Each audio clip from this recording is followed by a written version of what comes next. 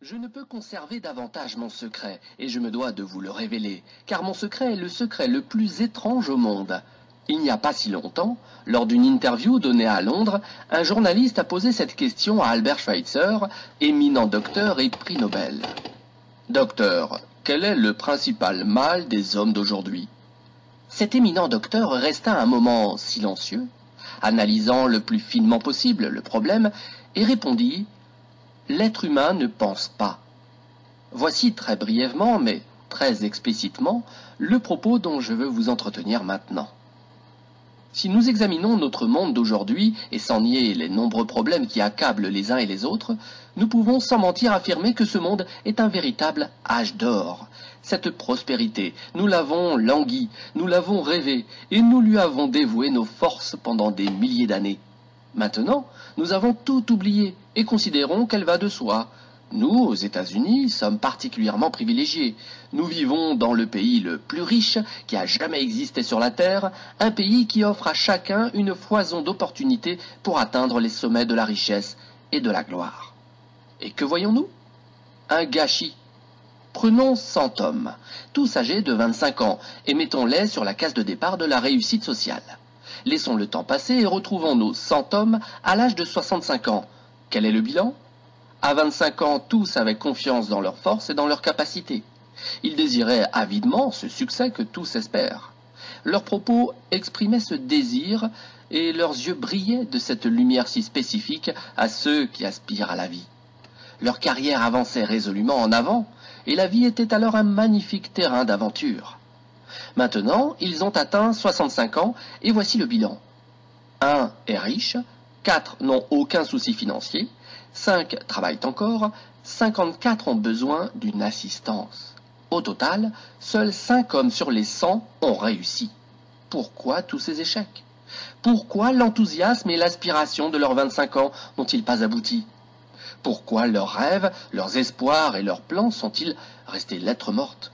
Pourquoi cette si grande disproportion entre réussite et échec, entre ceux qui réalisent leurs attentes et ceux qui ne les réalisent pas?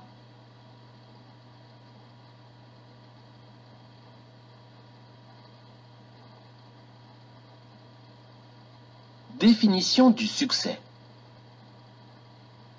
Sur nos 100 hommes, 5 seulement ont réussi, soit 5%. Mais qu'est-ce que le succès pour que nous puissions dire qu'un tel a réussi et qu'un tel n'a pas réussi?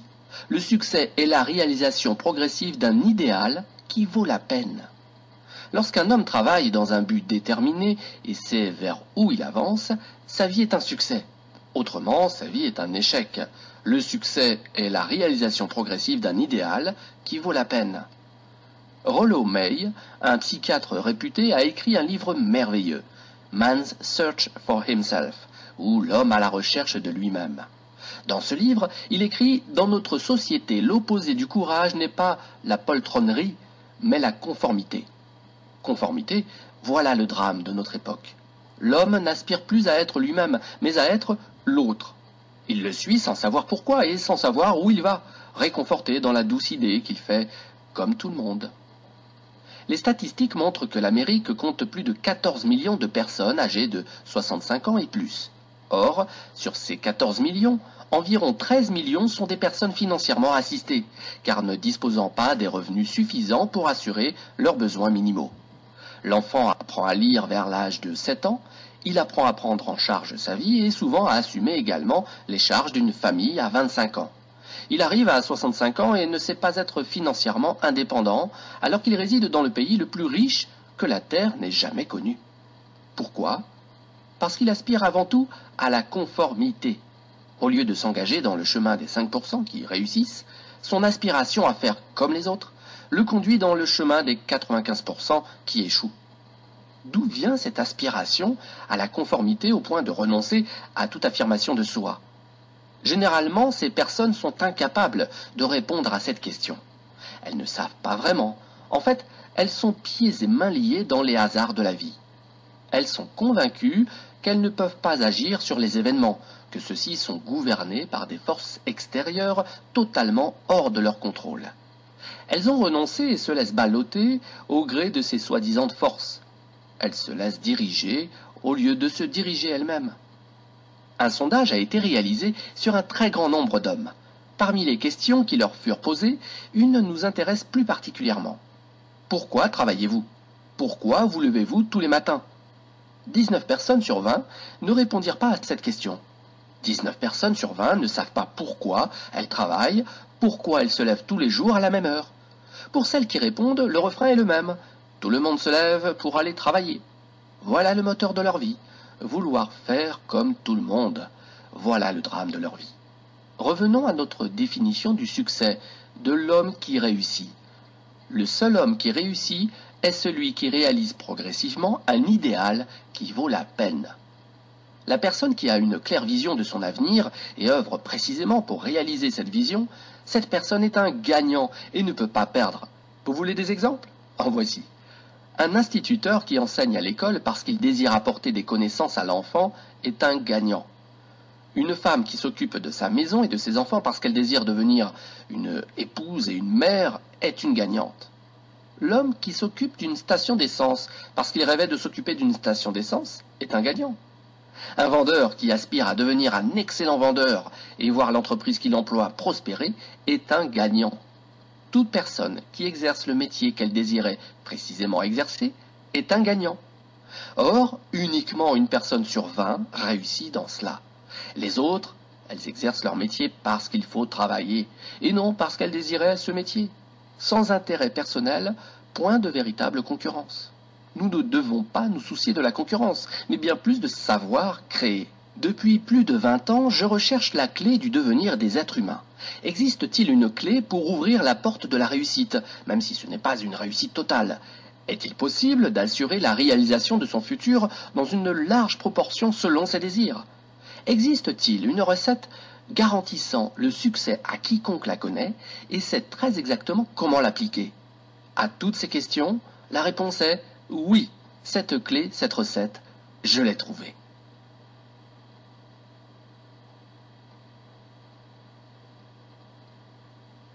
Vous êtes-vous jamais demandé pourquoi tant d'hommes travaillent très dur, sont scrupuleux à rester dans la totale honnêteté sans que la réussite soit au rendez-vous, sans qu'ils en retirent de la satisfaction, alors que d'autres travaillent beaucoup moins, versent souvent dans la malhonnêteté et connaissent une totale réussite?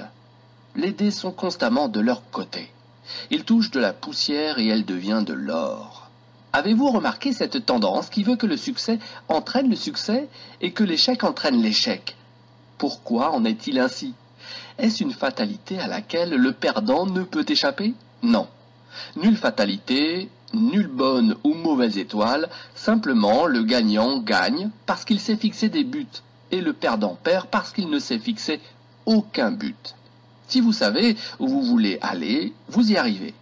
Si vous ne savez pas où vous voulez aller, vous errez et n'arrivez nulle part. Cette situation est comparable à celle de ce bateau qui s'apprête à quitter le port pour une destination connue, selon un itinéraire tracé très précisément. Le capitaine et l'équipage connaissent toutes les escales, la durée pour atteindre chacune d'elles et savent quand ils atteindront leur destination finale. Le but est posé, il est clair et précis. 9 999 fois sur 10 000, le bateau atteindra sa destination.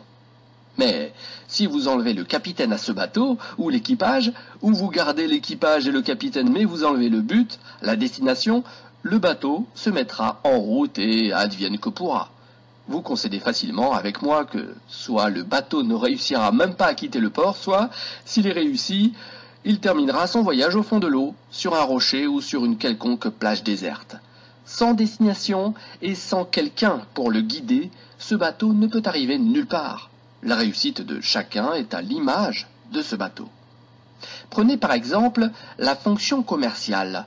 Celui qui entre aujourd'hui dans la fonction commerciale a son avenir presque assuré, pour peu qu'il sache vendre et développer une stratégie bien réfléchie. Les meilleurs commerciaux sont payés des fortunes et pour cause. La vie d'une entreprise dépend totalement de ses ventes. Pour cela, toute entreprise est prête à récompenser largement celui qui peut lui assurer une croissance de ses ventes.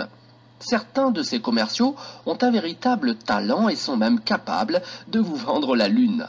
Ils se comptent cependant sur les doigts de la main.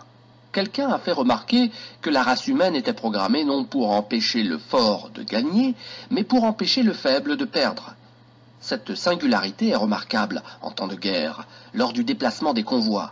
Les éléments faibles sont protégés, au risque de mettre en péril les autres éléments plus forts.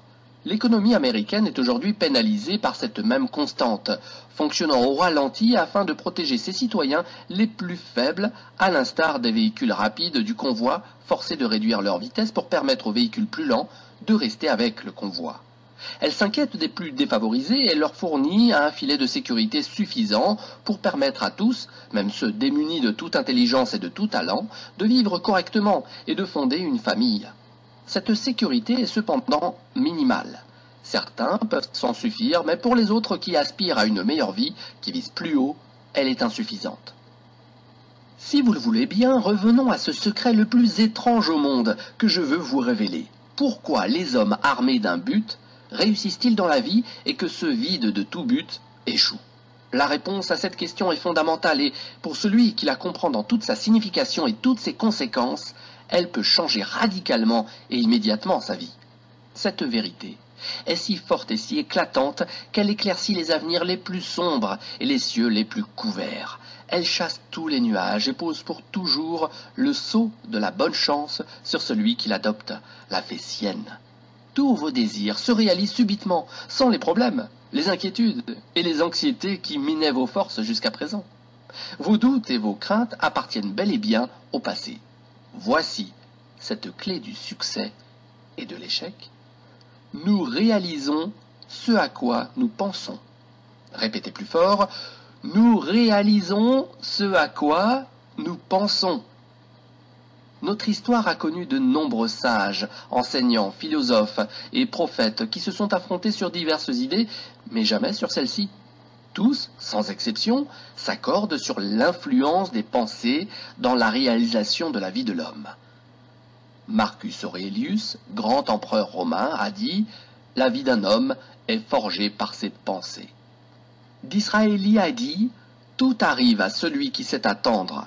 Après de longues méditations, je suis arrivé à la conclusion que l'homme qui se fixe un but l'atteint tôt ou tard, car rien ne peut résister à une volonté forte qui se bat pour sa réalisation. » Ralph Waldo Emerson a dit « L'homme devient l'objet de la pensée qui accapare son esprit. » William James a dit « La plus grande découverte de ma génération est la capacité des êtres humains à changer leur vie par un simple changement d'esprit. » Et aussi, nous avons uniquement besoin de penser froidement comme si la chose était vraie, et elle deviendra inévitablement vraie de par son intégration de plus en plus forte dans notre vie même. Son intégration à nos habitudes et nos émotions sera si forte qu'elle fera naître en nous ces mêmes intérêts qui caractérisent une opinion. Il a également dit « Si vous vous préoccupez suffisamment d'un résultat, vous l'atteindrez presque certainement. Si vous désirez devenir riche, vous serez riche. Si vous désirez devenir un érudit, vous serez un érudit. Si vous désirez devenir bon, vous serez bon. Il y a cependant une condition. Vous devez vouloir atteindre sincèrement et profondément ce niveau et ne vouloir atteindre dans le même temps aucun autre niveau avec la même force. » Le docteur Norman Vincent Peale a dit « C'est l'une des plus merveilleuses lois de l'univers. Je l'ai découverte avec passion alors que j'étais très jeune, mais elle n'a vraiment illuminé ma vie que bien plus tard. En dehors de ma relation avec Dieu, elle est l'une de mes plus grandes découvertes, sinon la plus grande. Pour la résumer brièvement et simplement, si vous pensez en termes négatifs, vous obtenez des résultats négatifs. Si vous pensez en termes positifs, vous obtenez des résultats positifs. Cette constatation est élémentaire, mais elle est à la base d'une loi étonnante gouvernant la prospérité et la réussite en 3 mots, croyez et réussissez. William Shakespeare l'a exprimé sous cette tournure. Nos doutes sont traîtres car ils introduisent en nous la crainte d'essayer. Faute d'essayer, nous perdons beaucoup. Georges Bernard Shaw a dit « Les gens tempêtent toujours contre les circonstances qui forgent leur réalité. Je ne crois pas aux circonstances. Ceux qui obtiennent beaucoup de ce monde sont ceux qui recherchent activement et farouchement les circonstances qu'ils désirent pour eux-mêmes et les créent s'ils ne les trouvent pas. » Toutes ces paroles parlent d'elles-mêmes et ne nécessitent pas d'en ajouter. Chacun qui découvre ce secret et l'ampleur de sa portée, nous réalisons ce à quoi nous pensons, est si enthousiasmé par le changement qui s'opère dans sa vie qu'il pense un instant être le premier à le révéler. Fort de cette nouvelle base, il devient tout à fait raisonnable d'affirmer que celui qui se fixe un but concret et présentant pour lui un véritable intérêt réalisera nécessairement ce but. Pourquoi? Parce qu'il y pense constamment, jour et nuit. Or, nous réalisons ce à quoi nous pensons. L'inverse est cependant tout aussi vrai. Celui qui ne se fixe aucun but ne sait probablement pas où il va.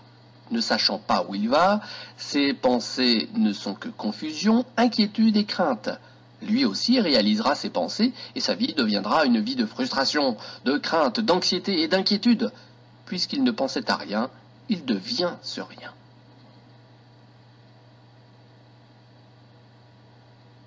Vous récoltez ce que vous semez. Maintenant, comment ce principe fondamental fonctionne-t-il? Pour quelles raisons nos pensées doivent-elles se réaliser? D'après nos connaissances en la matière, voici ce que nous pouvons dire. Pour que vous compreniez mieux mes propos, je vais les illustrer par une situation similaire dans sa démarche au fonctionnement de l'esprit humain. Prenez un fermier et un champ dont la terre est si bonne et si fertile que toutes les options de culture sont possibles. Notre fermier peut décider d'y planter tout ce qu'il désire, sans que cela fasse de différence pour la terre. Une restriction seulement, il ne peut récolter que ce qu'il sème. Impossible de récolter des carottes s'il sème des graines de navets. L'esprit humain fonctionne de cette manière. Vous pouvez y mettre tout ce que vous voulez, il ne fait pas de différence. Mais de la même manière que vous ne pouvez récolter que ce que vous semez, votre cerveau ne peut réaliser que les pensées que vous y mettez. Revenons à votre fermier. Disposant de 2 graines, l'une de maïs et l'autre de belladone, une fleur toxique pour l'homme, il décide de les planter toutes les deux. Il creuse 2 petits trous dans la terre, y pose une graine dans chacun d'eux, les recouvre de terre, arrose régulièrement l'endroit et soigne ces graines exactement comme il faut. Que va-t-il se produire? Le résultat, il est inscrit dans la Bible. Vous récoltez ce que vous semez. La fonction de la terre est totalement mécanique, non réfléchie. Elle s'active sur la graine pour la faire croître et l'amener au stade inscrit dans ses gènes, sans se préoccuper le moins du monde de l'essence de la graine. Vous y plantez un poison, elle produit du poison. Vous y plantez du maïs, elle produit du maïs. Notre fermier obtiendra finalement un plant de maïs et un plant de belladone, exactement ce qu'il avait planté. Certes, l'esprit humain est bien plus fertile, incroyable et mystérieux que la terre, mais il s'y apparente dans son fonctionnement. Comme la terre, il accepte tout ce que vous lui donnez. Succès, échec, but concret, confusion, malentendu, crainte, inquiétude, etc. Mais il produit uniquement à partir de ces matières premières. Vous récoltez ce que vous semez. Certains pensent que l'être humain a conquis tous les continents. C'est une erreur. Il en est un, grand, plus riche que nos rêves les plus fous ne peuvent imaginer, qui reste encore à défricher. Le continent de l'esprit humain. Il est immense et est prêt à toutes les semailles. Si ce trésor est véritablement tel que je le décris, pourquoi les gens ignorent-ils cette bonne fortune à portée de leurs mains et utilisent si peu leur esprit? La question se pose effectivement et mérite bien un livre à elle seule. L'esprit est un équipement standard fourni à tout être humain à sa naissance et, comme tout ce qui est gratuit, il est totalement déprécié. Le monde du libre et du gratuit n'a pas encore gagné ses galons pour être apprécié à sa juste valeur. L'argent règne encore en maître et dicte sa loi. Il faut dépenser. La valeur se gagne à coups de billets. Vous pensiez ainsi? Alors sachez que tout cela n'est qu'un leurre, qu'une grave et dangereuse tromperie. Comment peut-on penser qu'un caillou qui brille ou un papier vert puisse valoir plus que notre esprit, notre âme, notre corps, nos espoirs, nos rêves, nos ambitions, notre intelligence, l'amour pour notre femme et nos enfants et la compagnie de nos amis? Eux seuls sont la vraie richesse. La preuve, regardez combien il est difficile, voire impossible, de les remplacer. Vous perdez une montre en or, il vous suffit de vous rendre chez votre horloger pour la remplacer. Vous perdez vos espoirs, c'est la descente en enfer. Un homme qui fait faillite peut retrouver la fortune même plusieurs fois. Sa maison brûle, il la reconstruit. Son cerveau flanche, il n'est plus qu'une épave. L'esprit humain est largement sous-utilisé parce que nous n'avons pas conscience de sa valeur. La familiarité engendre le mépris. Nous assignons notre esprit à de petites tâches insignifiantes alors qu'il est capable de se mesurer à des défis bien plus redoutables. Les scientifiques ont montré que nous n'utilisons notre cerveau qu'à 10% de ses capacités. En fixant un but dans votre esprit, vous donnez une orientation à votre vie et vous préparez tout votre avenir. Ne prenez pas cette décision à la légère, car elle est essentielle. Votre vie en dépend. Voulez-vous devenir un commercial exceptionnel ou un ouvrier qui excelle dans son travail? Voulez-vous monter dans la hiérarchie au sein de votre entreprise ou de votre communauté? À toutes ces questions, une même réponse. Plantez la bonne graine dans votre esprit, soignez-la, et mettez toute votre énergie pour atteindre votre but. Alors, ce but deviendra réalité, et non parce que telle est votre volonté, mais parce qu'il ne peut en être autrement. Mon secret a force de loi, au même titre exactement que les lois de la gravitation de M. Isaac Newton. Si vous ne doutez pas qu'une personne qui saute dans le vide depuis le dernier étage d'un immeuble s'écrasera inévitablement au sol en vertu du principe de la gravitation qu'un corps descend et ne monte pas, vous ne pouvez pas douter qu'une personne qui se fixe un but et s'y emploie de toutes ses forces l'atteindra. Les lois de la nature fonctionnent toujours car elles sont immuables. Pensez à votre but d'une manière détendue et positive. Imaginez-vous que vous l'avez déjà réalisé. Imaginez-vous ce que sera votre vie lorsque vous aurez atteint votre but. Nous vivons à l'âge du phénobarbital, des ulcères et des dépressions nerveuses. Alors que la recherche médicale a considérablement relevé le niveau de la santé et de la longévité dans le monde, un trop grand nombre rabaisse ce niveau en voulant faire face à leurs soucis de leur propre petite manière, sans tenir compte des quelques grandes lois qui pourraient tout résoudre.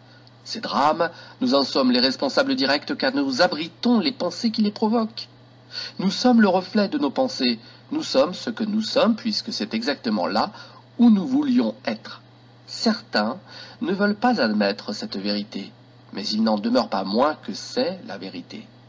Chacun mange uniquement les fruits de ses pensées. Son futur n'est que la réalisation de ses pensées d'aujourd'hui, de demain, du mois prochain, de l'année prochaine. Notre vie est constamment guidée par notre esprit.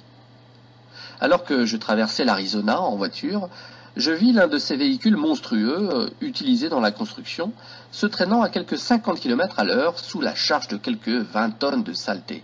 Un véhicule énorme et incroyable. Tout en haut, un homme petit de taille, les mains posées sur le volant, guidait et contrôlait le monstre. Cette image m'a frappé tant elle caractérisait l'esprit humain. Supposez un instant que c'est vous qui conduisez ce monstre de puissance. Vous êtes seul maître à bord et libre à vous de croiser les bras et laisser la bête aller s'enfoncer dans le premier fossé venu, ou vous agrippez fermement au volant pour la mener à bon port et l'utiliser pour le but que vous vous êtes fixé. La machine fera très exactement ce que vous lui direz. Cette loi du succès est une épée à double tranchant totalement contrôlée par nos pensées. D'un côté, elle vous procure succès, richesse, bonheur et tout ce que vous avez jamais rêvé pour vous et votre famille. D'un autre côté, elle vous enfonce dans les échecs, la pauvreté, le malheur et toutes les difficultés qu'on ne souhaite à personne. À vous seul de décider quel tranchant de l'épée vous voulez utiliser, le bon ou le mauvais.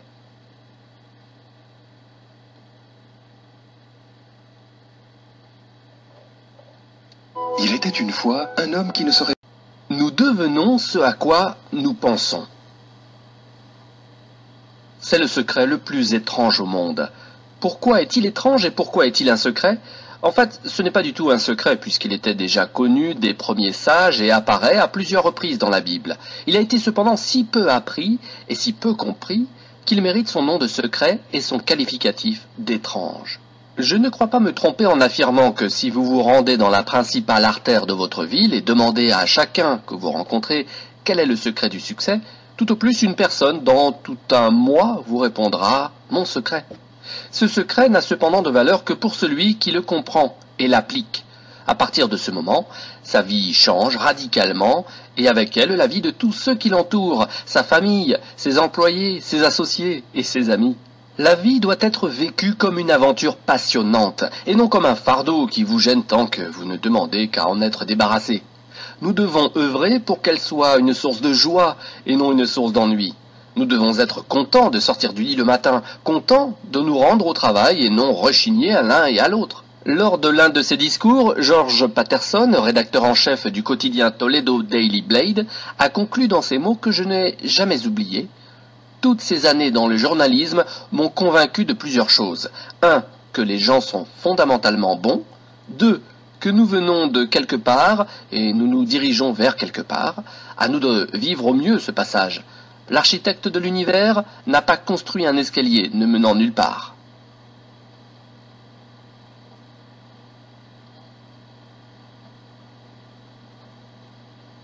Programme de 30 jours pour tester le secret le plus étrange. Comme je ne doute pas que nombre d'entre vous doutent de mes belles paroles, je vous propose de les vérifier par vous-même, de toucher de vos doigts les énormes bénéfices que vous pouvez en retirer. Le test dure 30 jours, et je le concède, est loin d'être facile. Mais si vous persévérez et le menez très exactement comme je vous le demande, sans chercher à tricher dans quoi que ce soit, il changera complètement votre vie, pour le meilleur. Au XVIIe siècle, Sir Isaac Newton, mathématicien et philosophe anglais, nous transmit des lois de la physique s'appliquant autant aux êtres humains qu'aux mouvements des corps dans l'univers. L'une d'elles nous apprend que chaque force engendre une force égale, mais opposée. Transposée dans notre vie quotidienne, elle devient « chaque chose se paie le juste prix ». Le résultat de ce test sur 30 jours sera très exactement proportionnel à l'effort que vous y consentirez pour le réussir. Vous voulez être docteur ?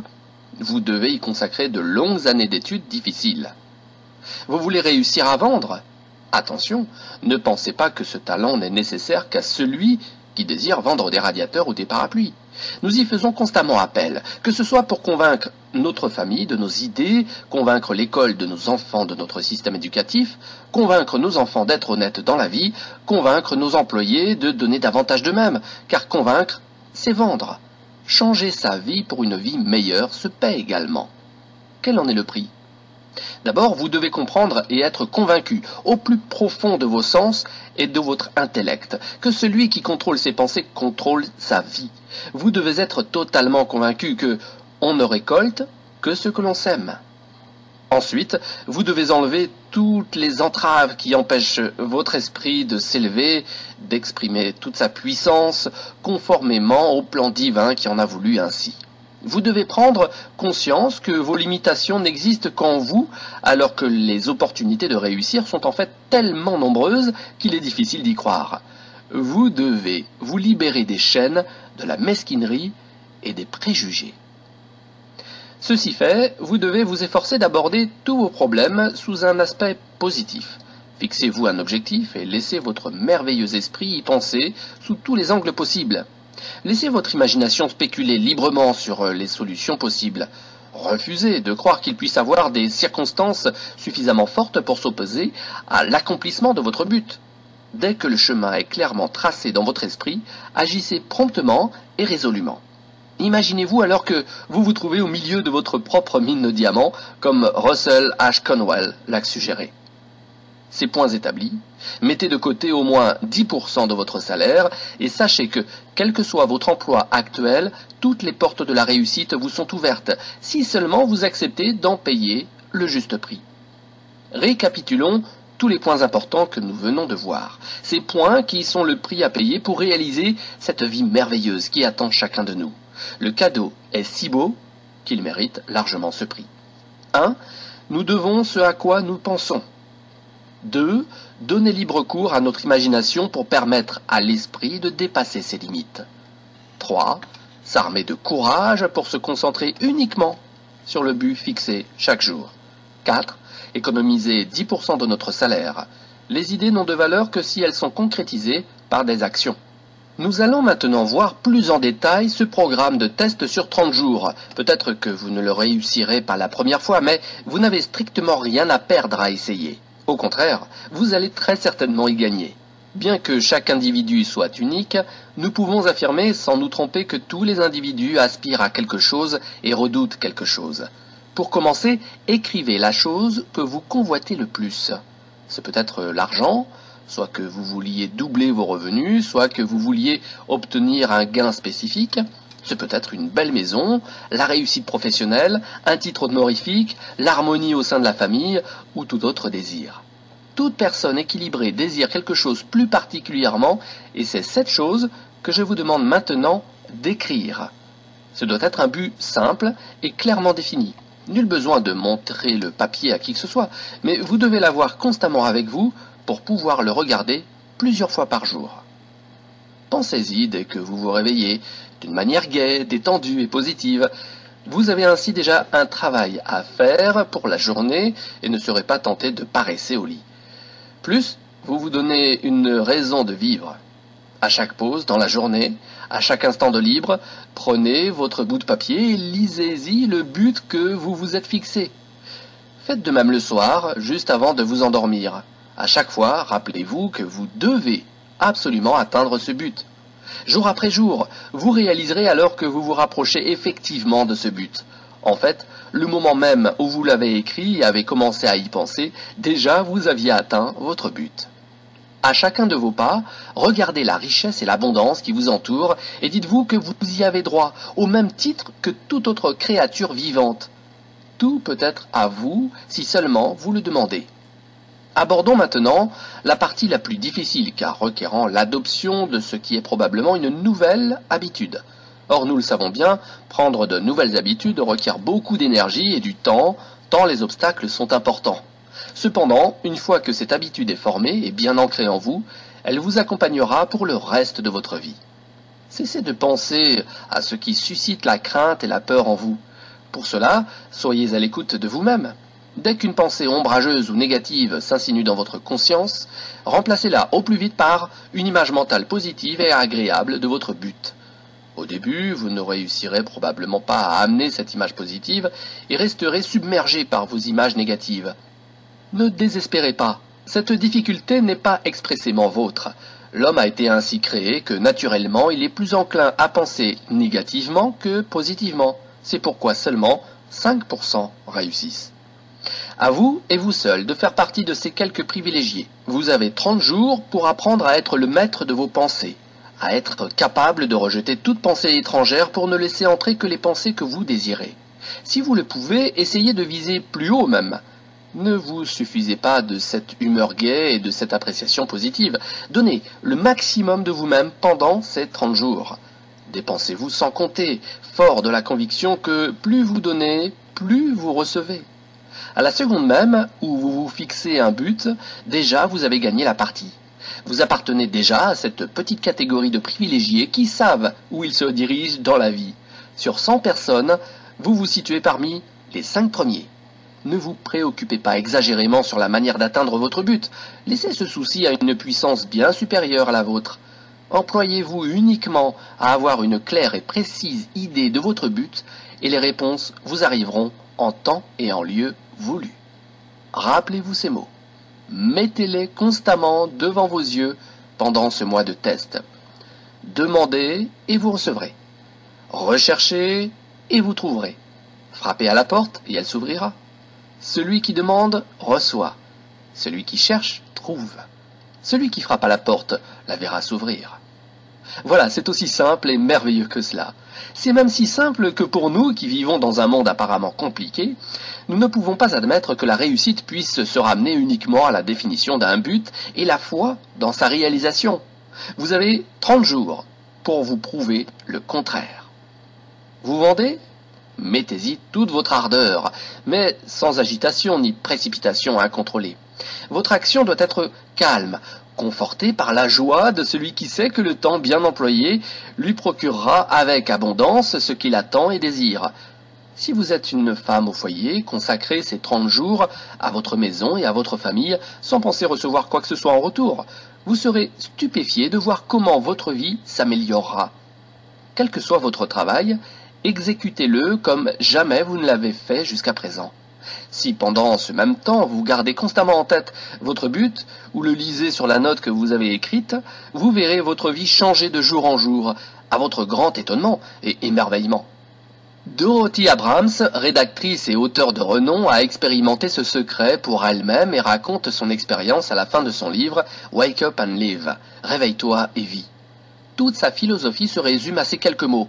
Œuvre dans la totale conviction que tu ne peux échouer.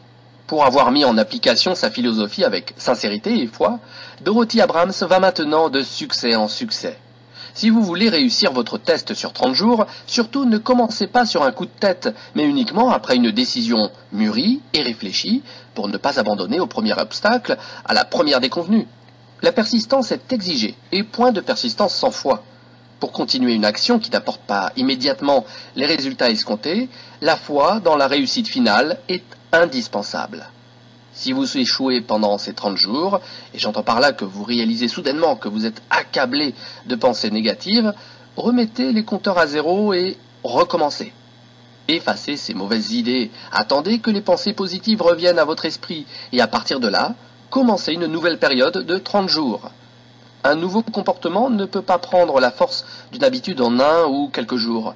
Persévérez jusqu'à terminer une période de 30 jours sans faute et gagnez votre place au sein de cette merveilleuse minorité pour qui pratiquement rien n'est impossible. N'oubliez pas votre note de rappel, elle est essentielle à la réussite de vos 30 jours de test. D'un côté, écrivez votre but, quel qu'il puisse être. De l'autre côté, écrivez ces mots, demandez et vous recevrez. Cherchez et vous trouverez. Frappez et la porte s'ouvrira. Profitez de vos moments de libre pour lire des livres susceptibles de vous aider, de vous encourager, par exemple la Bible, Magie de la croyance par Claude M. Bristol, Le pouvoir de la persuasion de Napoléon Hill et bien d'autres encore. Toutes les grandes œuvres requièrent une inspiration. Aussi, pour réaliser la vôtre, en l'occurrence réussir vos 30 jours de test, utilisez tous les moyens pour maintenir votre inspiration à un niveau maximal. Un point essentiel, ne vous laissez pas envahir par l'inquiétude, car l'inquiétude engendre la crainte et la crainte handicap. Or, au début, le danger est grand, que vous vous inquiétez devant tout ce que vous avez à accomplir. Le remède est simple, pensez et voyez uniquement votre but. Les détails de sa réalisation se présenteront d'eux-mêmes à vous. Employez-vous également à toujours rester calme et gai. Faites fi des petits riens. Ne les laissez pas tout gâcher, non, ne les laissez pas vous détourner de votre chemin.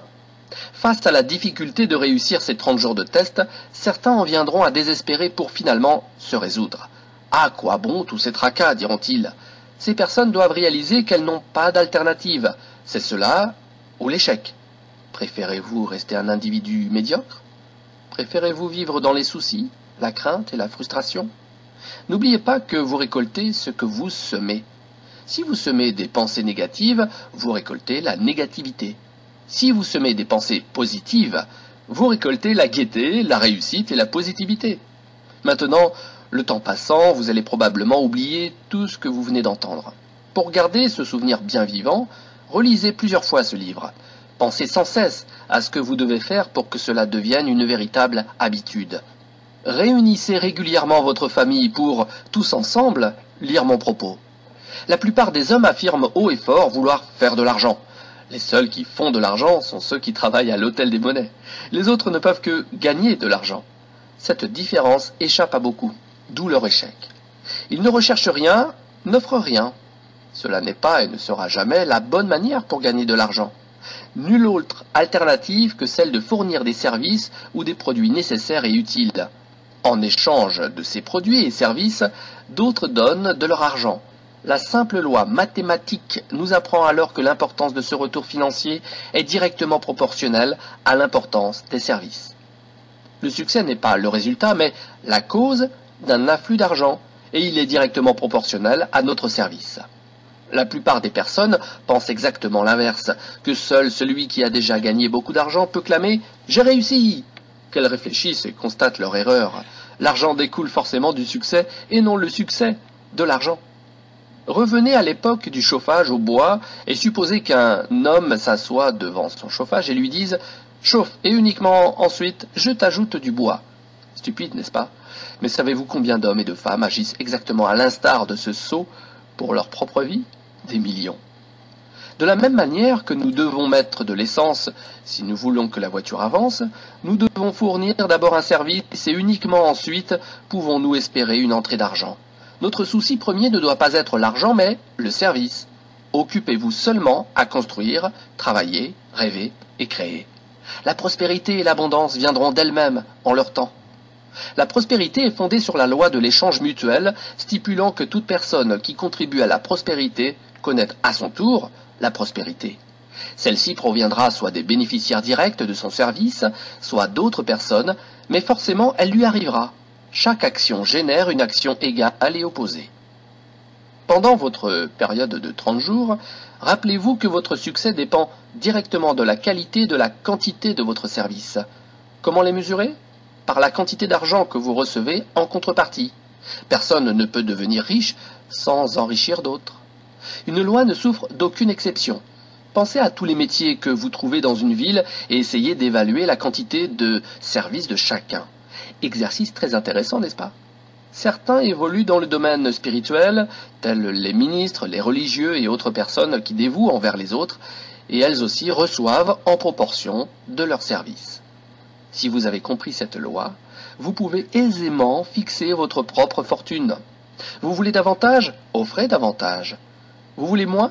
Offrez moins. C'est le prix que vous devez payer pour obtenir ce que vous voulez.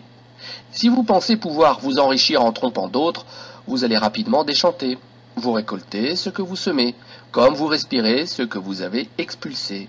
Ne faites jamais l'erreur de penser qu'il puisse en être autrement. C'est impossible. Les prisons et les rues désertées sont remplies de ces personnes qui ont voulu vivre d'après leurs propres lois, sur la seule base de leurs intérêts. Nous pouvons éviter les lois de l'homme, nous ne pouvons pas éviter les lois qui sont supérieures à l'homme. Un éminent docteur a récemment établi une liste en 6 points particulièrement utiles pour trouver le succès. 1. Se fixer un but clairement défini. 2. Cesser de se diminuer. 3. De penser aux raisons pour lesquelles vous ne pouvez pas réussir et penser aux raisons vous permettant d'espérer le succès. 4. Si vous pensez ne pas pouvoir réussir, essayez de vous rappeler quand et comment avez-vous eu cette première pensée. 5. Changez l'image que vous avez de vous-même en écrivant dans le détail la personne que vous voudriez être. 6. Agir à la mesure de la personne accomplie que vous avez décidé de devenir. L'auteur de cette liste est un éminent docteur en psychiatrie, David Harold Fink. Écoutez sa voix et écoutez la voix de tous les experts qui n'ont cessé de répéter, aussi loin que nous possédons de traces dans l'histoire, pour devenir la personne que vous rêvez de devenir, vous devez payer le prix. Somme toute, atteindre le succès n'est pas plus difficile que vivre dans l'échec. Terminez vos 30 jours de test, recommencez-les une seconde fois, une troisième fois, jusqu'à ancrer en vous vos nouvelles habitudes et les vivre intensément. La vérité vous apparaîtra au grand jour et vous ne voudrez plus vous en séparer. Vivez profondément votre nouvelle vie et voyez comment les portes de l'abondance s'ouvrent largement devant vous, déversant sur vous un flot de richesses que vous n'avez jamais espéré. De l'argent, vous en gagnerez en quantité, mais bien plus, vous gagnerez en paix intérieure. Vous appartiendrez à cette minorité privilégiée entre tous de pouvoir vivre dans la sérénité, la gaieté et la réussite. Commencez dès aujourd'hui ce changement merveilleux. Perdre ? Vous n'avez rien à perdre. Gagner ? Vous avez toute une vie à gagner. Nous espérons que vous trouverez la force d'appliquer tous les principes que nous avons ramenés dans ces lignes. Ne manquez alors pas de nous écrire pour nous faire savoir les changements intervenus dans votre vie.